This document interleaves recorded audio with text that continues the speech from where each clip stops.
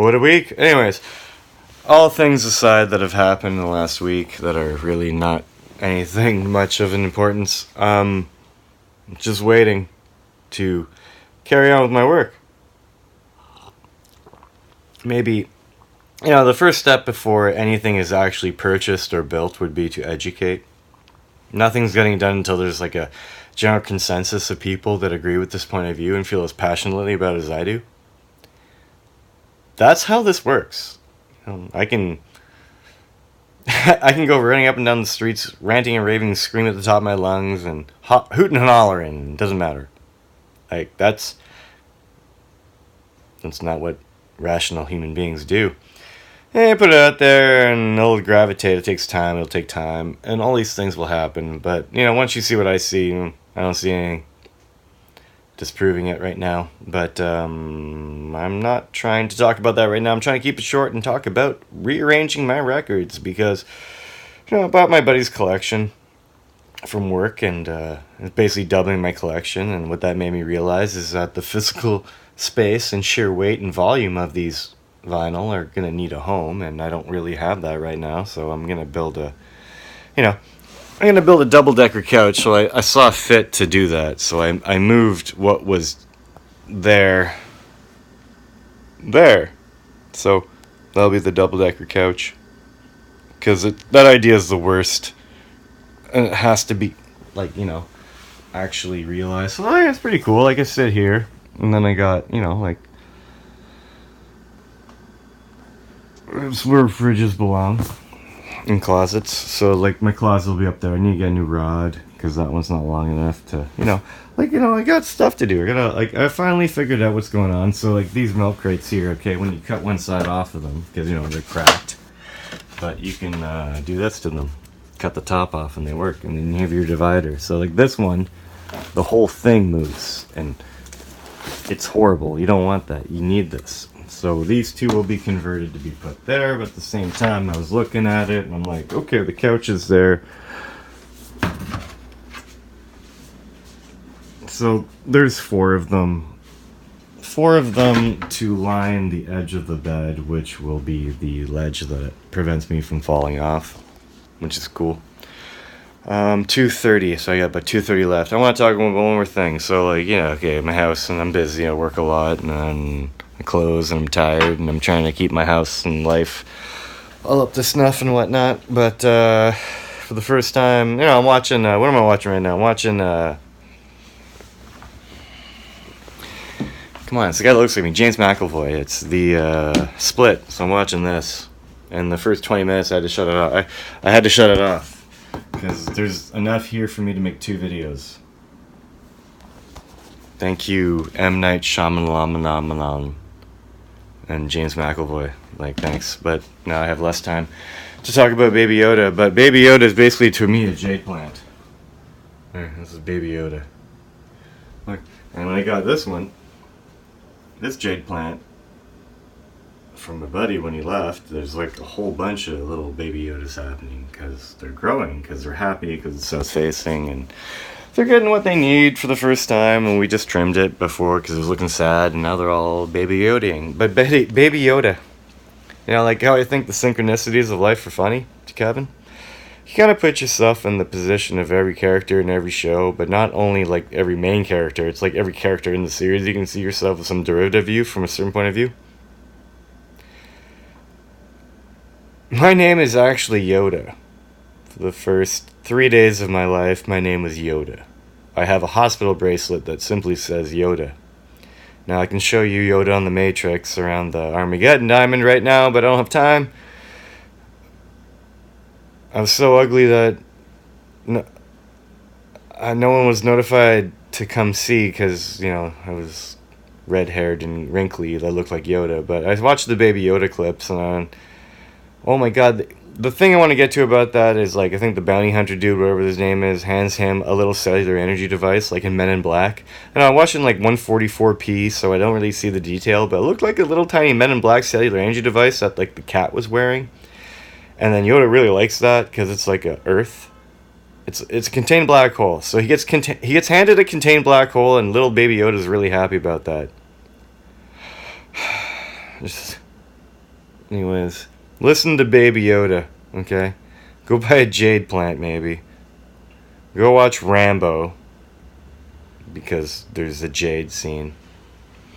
But, yeah, I'm gonna go film some high fidelity, but, like, look, my records are pretty sweet right now. They're all backwards. I basically, like, have it. So, like, you know, because this was there before, that would be the start. So I have, like, all my pre-64, and then everything after 64 would be after.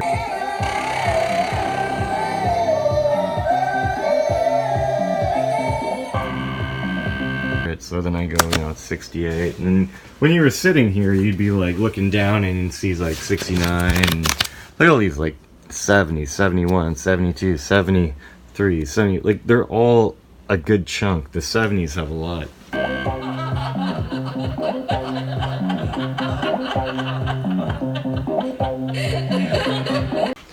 And then you go over here. These ones I haven't like cataloged yet. I haven't listened to them or cataloged them yet. And these are ones that are like special and weird and old, and these are my kids' albums. And then it starts again at 78 here and until, you know, the best album of 2019, which is the Chemical Brothers, which is like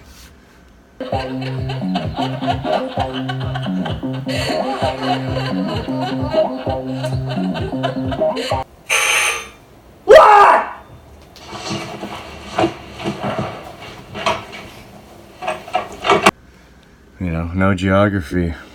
Mad as hell. MAH. Mad as hell. MAH. 13, a 1, and an 8.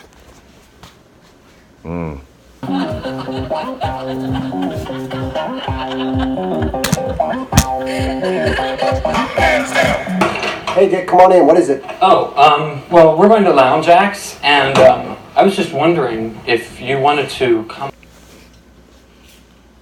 8 at the end.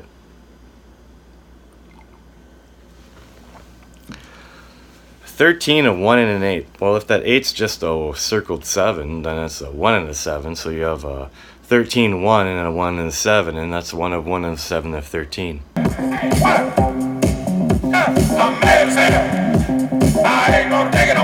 Along with us.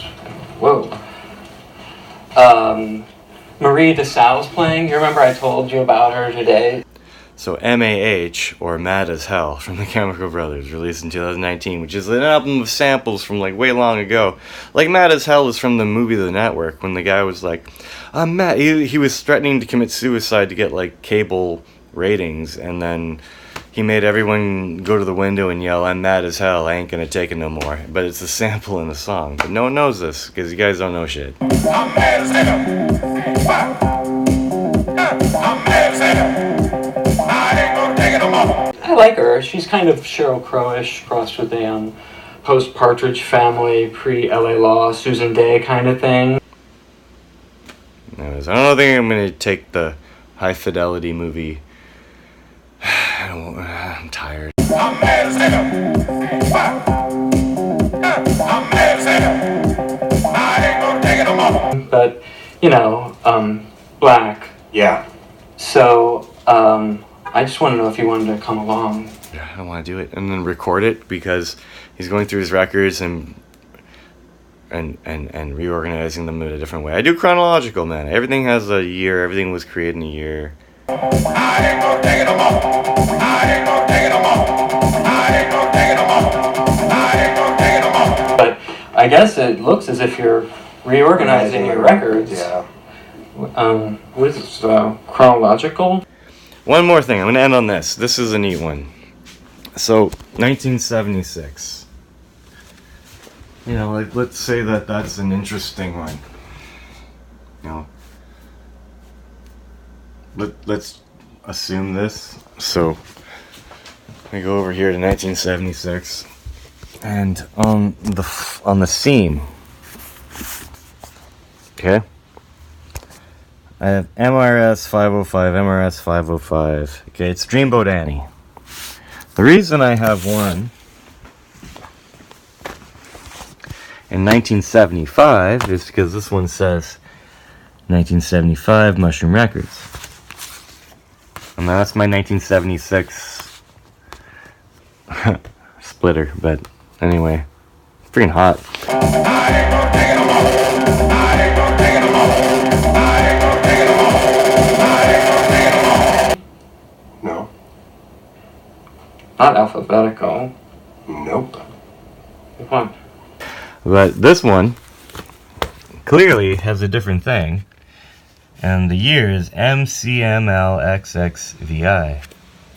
50, 60, 70, 76. VI is 76. So this is a year later. It's a reprint. So I have a reprint. And an original. Released 75 and 76.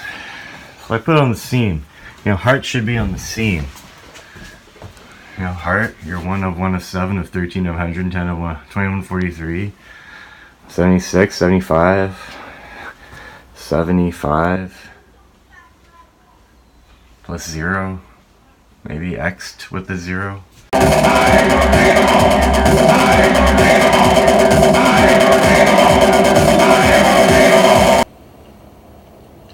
Autobiographical. No fucking way. Yep. Thought that was interesting, so, you know, where did I pull this from? It was in this one. There's a lot more ridiculous albums in here, actually, now that I think about it. I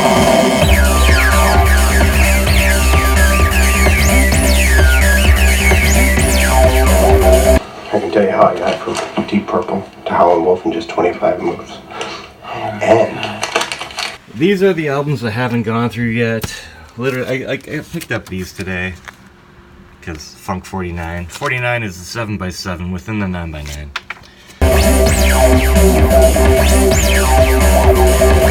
I want to find the song Landslide by Fleetwood Mac. I have to remember that I bought it for someone in the fall of 1983, Pop. You just have to own every Frank Sinatra album you see. It's just one of the rules of life that, I don't know if you were told that. But didn't give it to them for personal reasons.